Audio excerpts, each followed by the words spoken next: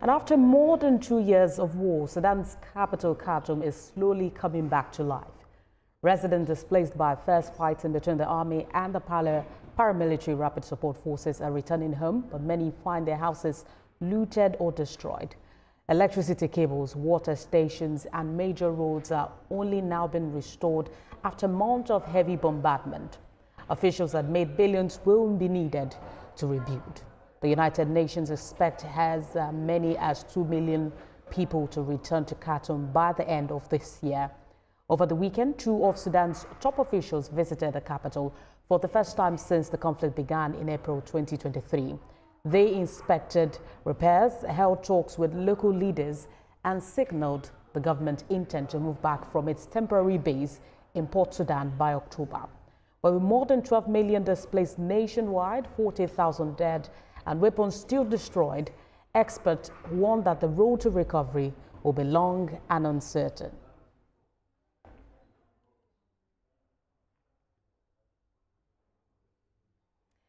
And joining me to discuss the situation in Sudan is Director of Severa Africa.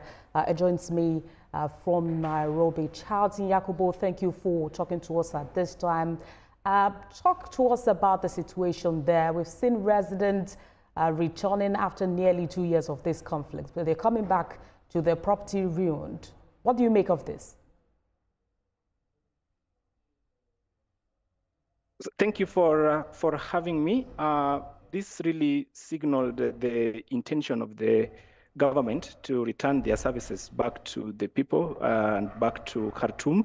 It shows strength, it shows resilience, and of course gives hope to millions of the Sudanese that left the city, of course, due to the war that really took long, over almost 2 years. Yeah, so it signals some hope. It also gives a lot of trust. It gives kind of trust that at least there will be some peace in the long run. With the level of destruction we've seen the United States also expecting as many as 2 million people to return by the end of this year. What's the prospect for long-term peace and reconstruction in that region?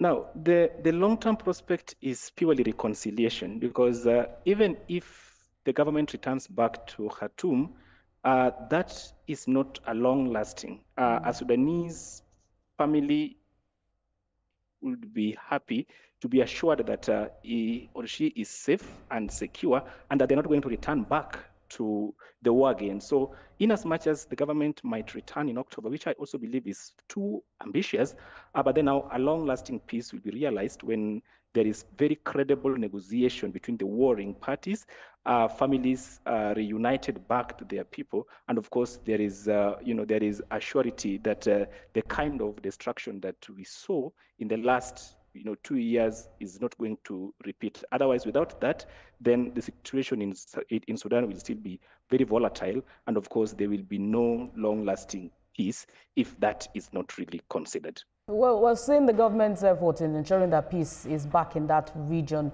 Does it seem like it has the potential of this spilling to neighboring countries or affecting stability there?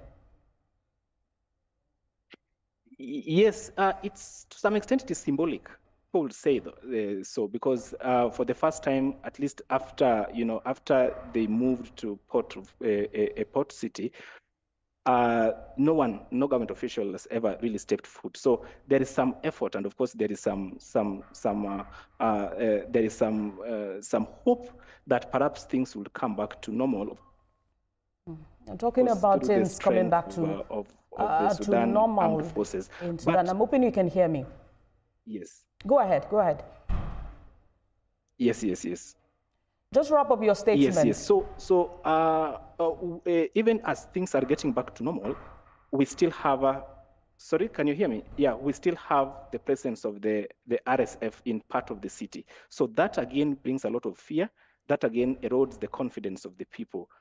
So there is need to be more, and I think bodies like African Union, the IGAD, of course, beyond just calling the ceasefire, should look into the actual reasons that made the people go to war. They can build roads, they can build water stations, but it was not the core reason. the core reason as to why the people went into war. So if there will be credible negotiation between the RSF and, of course, the Sudan Armed Forces, then, of course, that will really be of great value than just telling people to come back in October.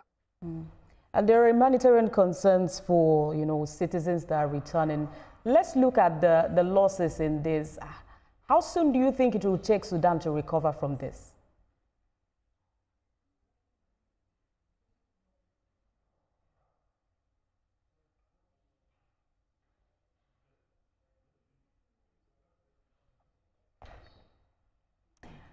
And that's the director of Severa Africa, Nairobi, Charles Yakubu from Kenya, talking to us about the situation in Sudan as residents return to see their property destroyed and, lives lost. The United Nations has said it is expecting about 2 million to return.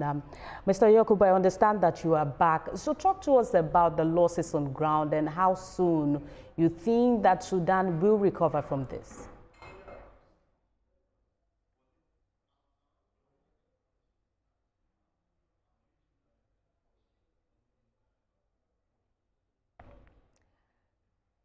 We'll continue. Right. Talk to us about the losses on ground and how soon you think that Sudan will recover from this. Charles, I'm hoping you can hear me. Yes, the losses are really massive, and it is estimated that rebuilding back the city to where it was before the war would cost at least $700 billion, and that's a lot of money, which really would go into building of infrastructure, building of roads, building of the offices, and all that. So it might take a longer time for Sudan to again restabilize, and that's a big worry because Sudan, Khartoum being the capital city, a lot of services, public utilities, have been stationed there. So it might take them a longer time, but beyond just the infrastructure, I think building trust would even be more expensive and might even take longer because the people may not really fully trust that the government can really assure us that in 1 year or 2 years' time, we are still going to have, we may not have the same war. So it's work in progress.